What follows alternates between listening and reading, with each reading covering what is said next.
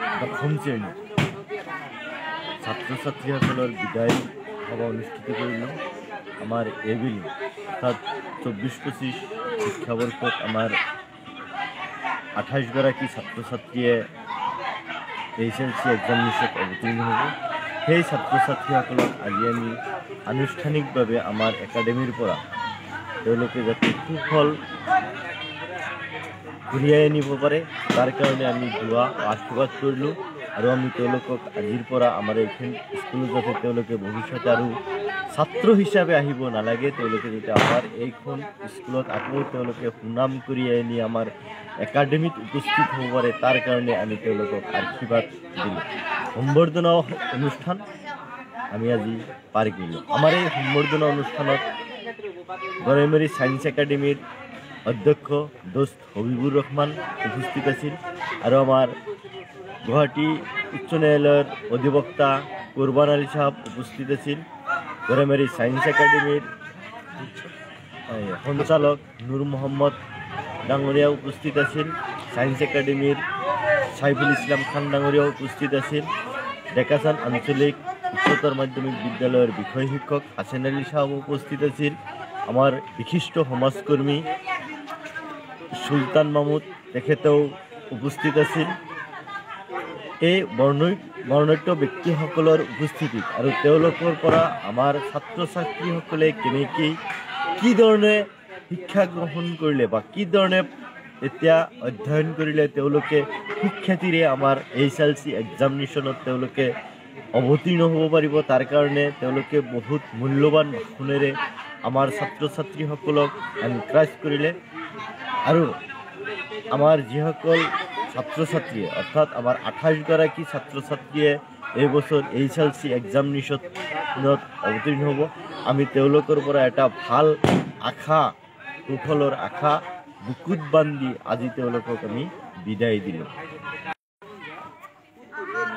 দশম শ্ৰেণী ছাত্ৰ ছাত্ৰীসকলৰ বিদায় সভা অনুষ্ঠিত কৰিলোঁ। আমাৰ এইবেলি অৰ্থাৎ 24-25 শিক্ষাবৰ্ষত আমাৰ 28গৰাকী ছাত্ৰ ছাত্ৰীয়ে HLC এক্সামিনেশ্যনত অৱতীৰ্ণ হ'ব।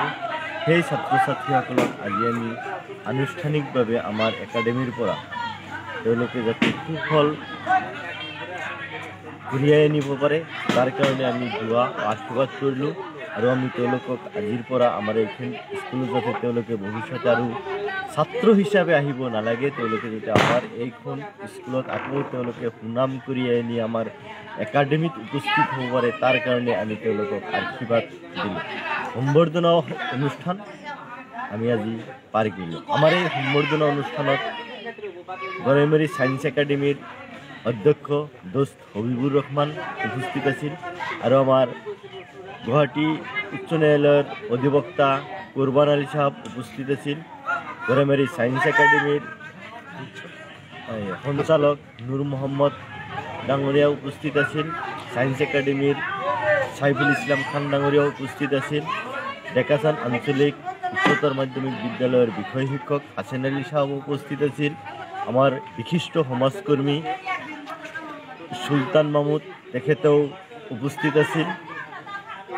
এই বৰ্ণাঢ্য ব্যক্তিসকলৰ উপস্থিতিত আৰু তেওঁলোকৰ পৰা আমাৰ ছাত্ৰ ছাত্ৰীসকলে কেনেকৈ কি ধৰণে শিক্ষা গ্ৰহণ কৰিলে বা কি ধৰণে এতিয়া অধ্যয়ন কৰিলে তেওঁলোকে সুখ্যাতিৰে আমাৰ HLC এক্সামিনেশ্যনত তেওঁলোকে অৱতীৰ্ণ হ'ব পাৰিব তাৰ কাৰণে তেওঁলোকে বহুত মূল্যৱান ভাষণেৰে আমাৰ ছাত্ৰ ছাত্ৰীসকলক এনকাৰেজ কৰিলে।